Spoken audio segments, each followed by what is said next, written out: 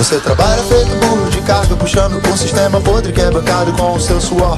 Sexta-feira vai pra igreja comungar com a sua família, voz sagrada, Jesus Cristo é o Senhor. E deixa parte do salário e retribuição, a dádiva divina da palavra do pastor. É melhor garantir um lugar no céu aqui nesse inferno, tenta só sobreviver. E o que salva é cervejinha no fim de semana, assistindo o jogo do seu time preferido na TV. O sindicalismo surgiu no século XIX, com a diferenciação de classes entre a burguesia e o proletariado. A burguesia tinha um grande poder econômico, e este poder econômico os fazia ter uma vantagem em cima de todos os outros, no caso, o proletariado. Então, a burguesia tinha os empregos e o proletariado tinha a mão de obra. Só que a mão de obra do proletariado acabava sendo desvalorizada e isso gerou o que nós vamos explanar como a Revolução Industrial. A alta burguesia, grupo relativamente homogêneo, ocupava-se de atividades industriais e comerciais, assim como financeiras e políticas. As revoluções agrícola e industrial e o triunfo do liberalismo proporcionam a esta burguesia o poder econômico e político. Progressivamente, essa alta burguesia vai ganhando consciência de classe, que a distancia tanto da antiga aristocracia quanto das classes inferiores, suas contemporâneas. Inicialmente, o movimento operário era apenas associativo, assistencialista e mutualista. Porém, esse movimento tomou uma forma violenta com a destruição dos bens do patronato. Com a falha das negociações, consolidou-se de fato a revolução. E o professor está na rua apanhando da polícia, está cobrando seu salário lá do governador. Você sabe como surgiu os primeiros sindicatos no Brasil? Não. Sabe não? Não faço ideia. Muito obrigada. O senhor sabe para que serve um sindicato? Não sei. Você sabe quando surgiu os primeiros sindicatos no Brasil? Não sabe? Não sei quando surgiram os sindicatos. E para que servem os sindicatos? Não sei, porque não me contaram. Você sabe qual a importância dos sindicatos para os trabalhadores? Sim. Sabem? Sobre a sua ótica, qual é a importância? Aí complica.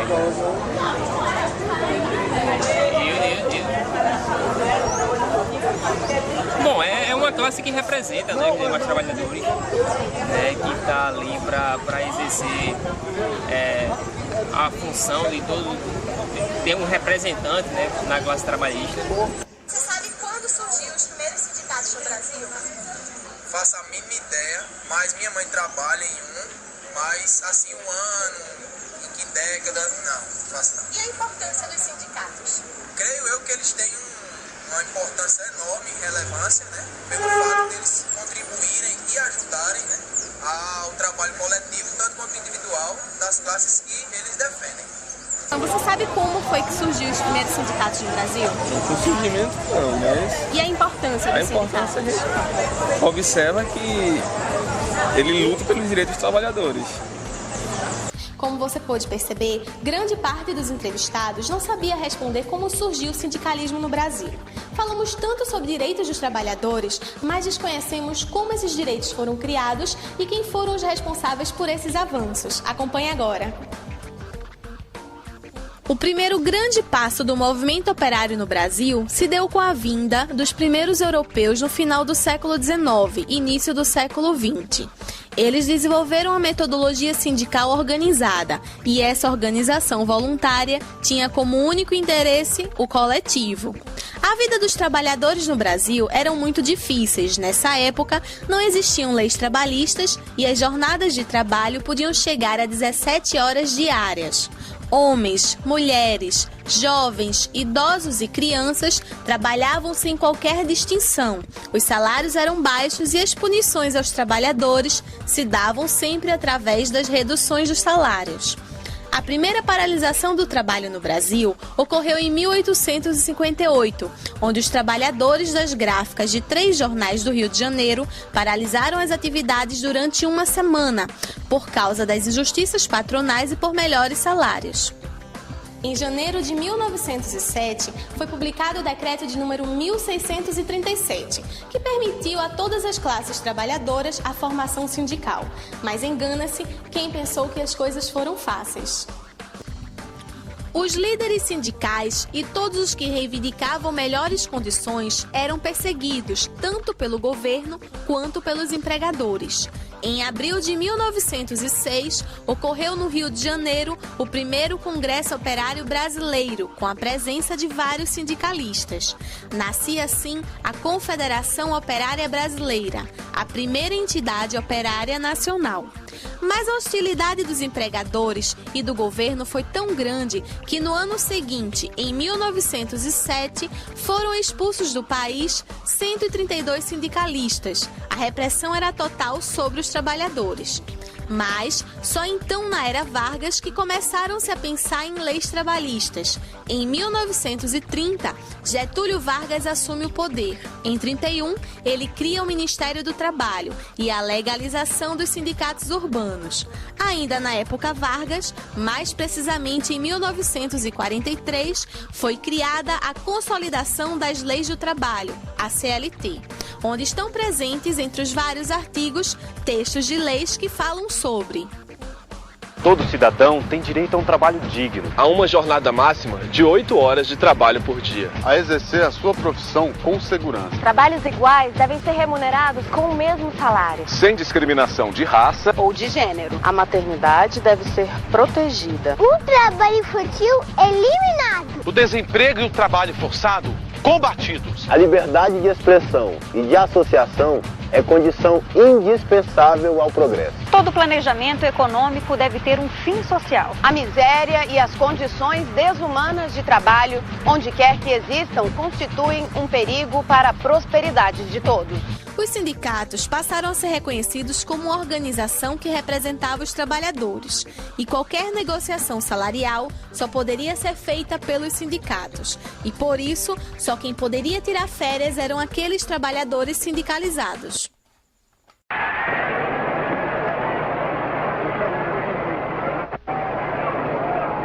Trabalhadores do Brasil,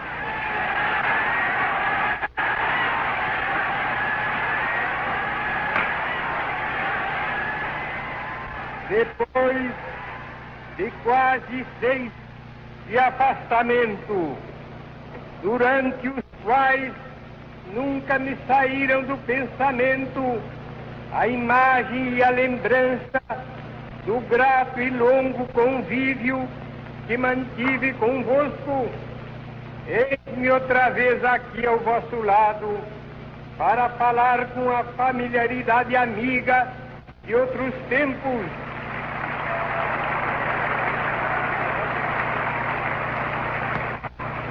E para dizer que voltei, a fim de defender os interesses mais legítimos do povo e promover as medidas indispensáveis ao bem-estar dos trabalhadores.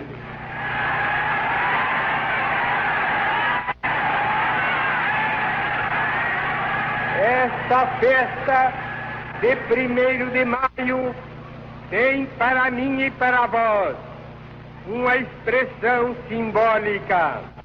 É o primeiro dia de encontro entre os trabalhadores e o novo governo. Bom, ao meu ver, a importância do sindicato dos trabalhadores reside no fato de que é uma instituição de classe que fortalece a luta pelos direitos, né, dessas categorias, né, por eles defendidas.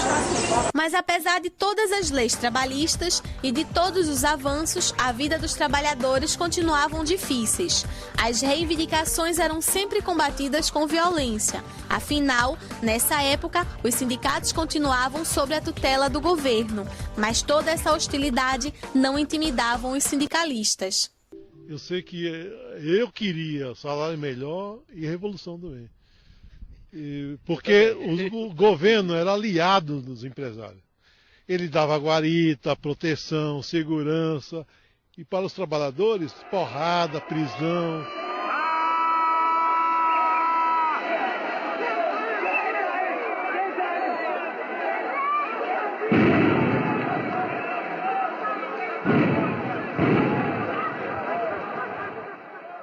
E se hoje há uma proteção para os trabalhadores, muito se deve ao movimento sindical. E praguejando fala mal de quem tá na rua, enfrentando e dando a cara pra lutar contra a situação.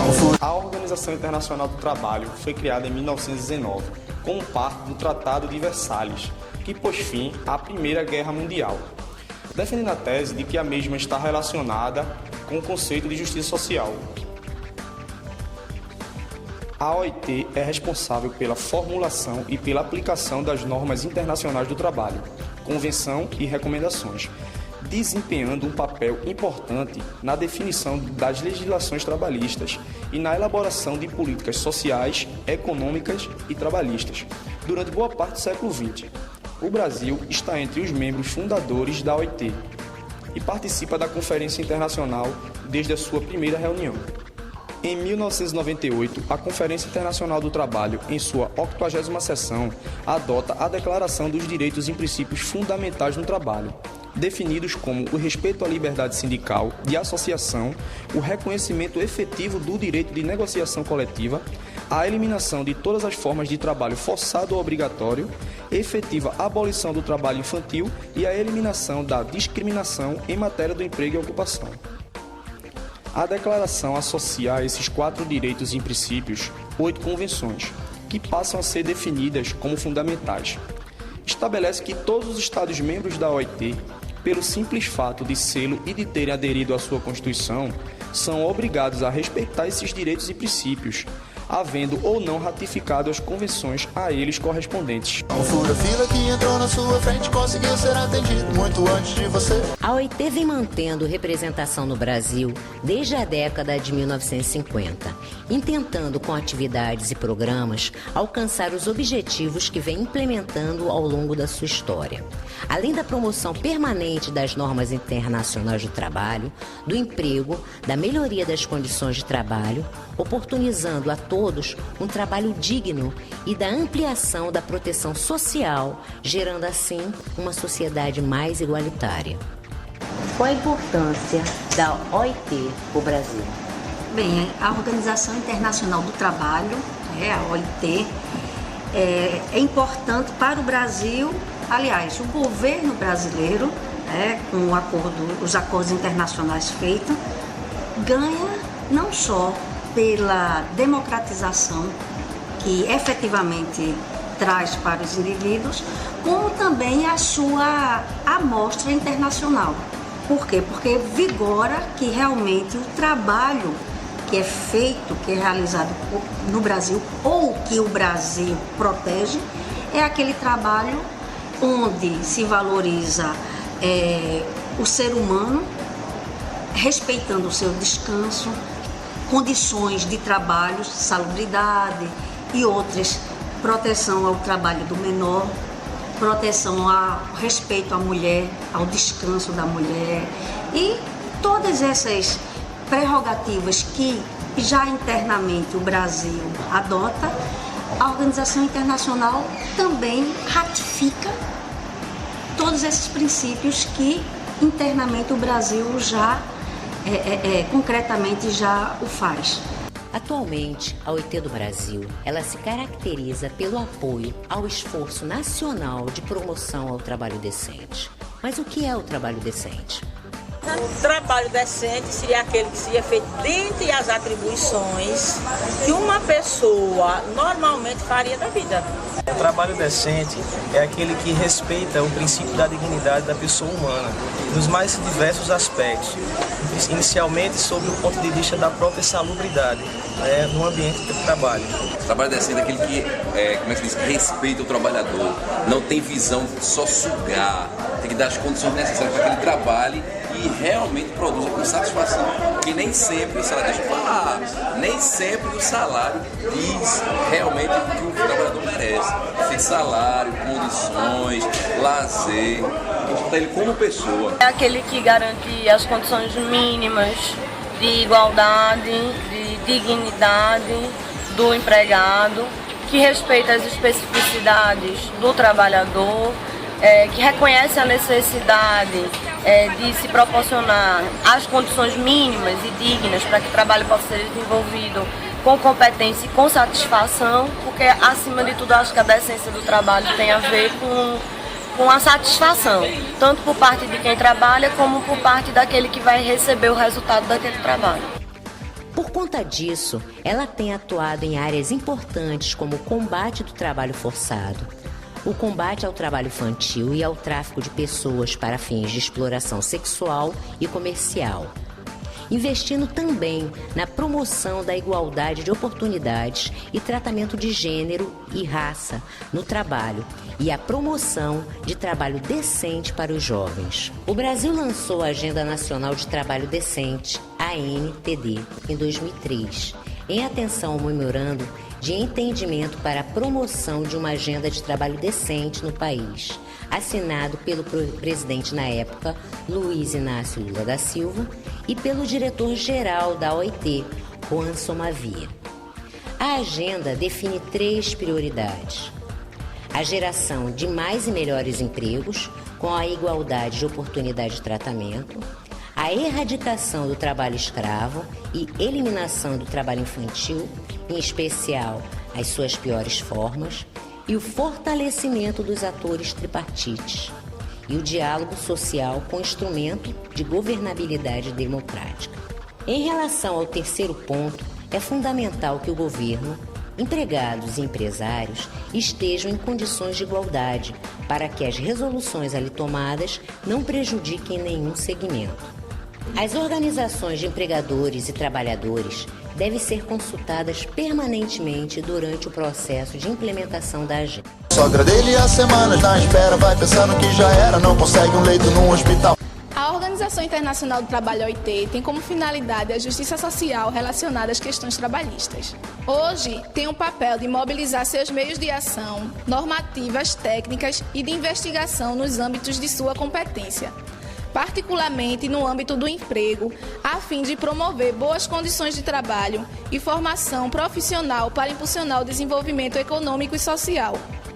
A OIT deveria se preocupar um pouco mais com os que se encontram desempregados ou em imigração, se mobilizando e estimulando esforços nacionais, regionais e internacionais, procurando visar a solução de problemas e promovendo políticas eficazes na criação de emprego. Usando o processo social e econômico, a garantia de princípios e direitos fundamentais no trabalho, é de importância assegurar aos próprios interessados reivindicar igualmente a oportunidade de uma justa participação nas riquezas que o próprio homem contribui. A OIT declara que todos os membros têm um compromisso derivado do fato de pertencer à organização, de respeitar, promover e tornar realidade de boa-fé e de conformidade com a Constituição. Liberdade sindical e reconhecimento efetivo do direito de negociação coletiva. Eliminação de todas as formas de trabalho forçado ou obrigatório. Abolição efetiva do trabalho infantil. Reconhece a obrigação de ajudar seus membros que se encontram necessitados e que tenham sido estabelecidas e expressadas a fazer uso de seus recursos constitucionais e estimulando organizações internacionais, a qual a OIT tem estabelecido relações em conformidade com o artigo 12 de sua Constituição, apoiando oferecer cooperação técnica e serviços de assessoramento, a promover ratificação e aplicação das convenções fundamentais. Assistir os membros que ainda não se encontram em condições de validar suas convenções, por respeitar, promover e tornar real seus direitos fundamentais. Decide que, para tornar efetiva a declaração, se implantará um segmento proporcional de acordo com as modalidades estabelecidas como parte integrante da declaração. Dá observação que as normas trabalhistas não devem ter fins comerciais protecionistas sem usar de outro meio que não esteja em sua Constituição. E na favela aquela guerra continua, traficante e a polícia no controle. Durante as conferências ocorridas entre os países membros da OIT, foi considerado que no contexto atual da globalização, caracterizado pela difusão de novas tecnologias, a internacionalização do mundo dos negócios, bem como da circulação de trabalhadores, transforma profundamente o mundo do trabalho. O processo de integração econômica tem contribuído com altas taxas de crescimento econômico e de criação de empregos, mas ainda existem grandes desafios no tocante à desigualdade de ingresso ao mercado de trabalho e um nível de pobreza e desemprego elevado. Diante do que foi abordado, a OIT reconhece que deve promover programas próprios que permitam alcançar os objetivos do pleno emprego e a extensão das medidas de seguridade social para garantir o ingresso básico a quem precisa. A gente gasta só 6 meses de salário dando... A Conferência Internacional do Trabalho, a OIT, reconheceu e declarou, em um contexto marcado por mudanças aceleradas, os compromissos e esforço dos membros e da organização, visando a colocar em prática o mandato constitucional. Para situar o pleno emprego produtivo e o trabalho decente como elemento central das políticas econômicas e sociais, e que pode resumir-se da seguinte forma: promover o emprego criando um entorno institucional e econômico sustentável de forma que os indivíduos possam adquirir e atualizar as capacidades e competências necessárias que permitam trabalhar de maneira produtiva para a sua própria realização pessoal e bem-estar coletivo. Respeitar, promover e aplicar os princípios e direitos fundamentais no trabalho, que são de particular importância, tanto com direitos como condições necessárias para a plena realização dos objetivos estratégicos, tendo em vista que a liberdade de associação e liberdade sindical e o reconhecimento efetivo do direito de negociação coletiva são particularmente importantes para alcançar esses objetivos. O diretor-geral da Secretaria Internacional do Trabalho será responsável de que a presente declaração seja comunicada a todos os membros e para o seu intermédio. As organizações representativas de empregadores e trabalhadores, as organizações internacionais competentes e interligadas nos âmbitos internacionais e regional, bem como a toda outra entidade que quer o Conselho Administrativo possa determinar. Os governos, assim como as organizações de trabalhadores e empregadores no âmbito nacional, deverão dar a conhecer, a difundir de todos os meios possíveis entre as entidades suscetíveis de estar interessadas. E o governo vai tomando e gastando seu dinheiro, eles são parafuso e você é porta. Já foram mais 500 anos dessa história e não mudou tanto assim desde a colonização. A diferença é que hoje colonizador é aplaudido num programa de televisão.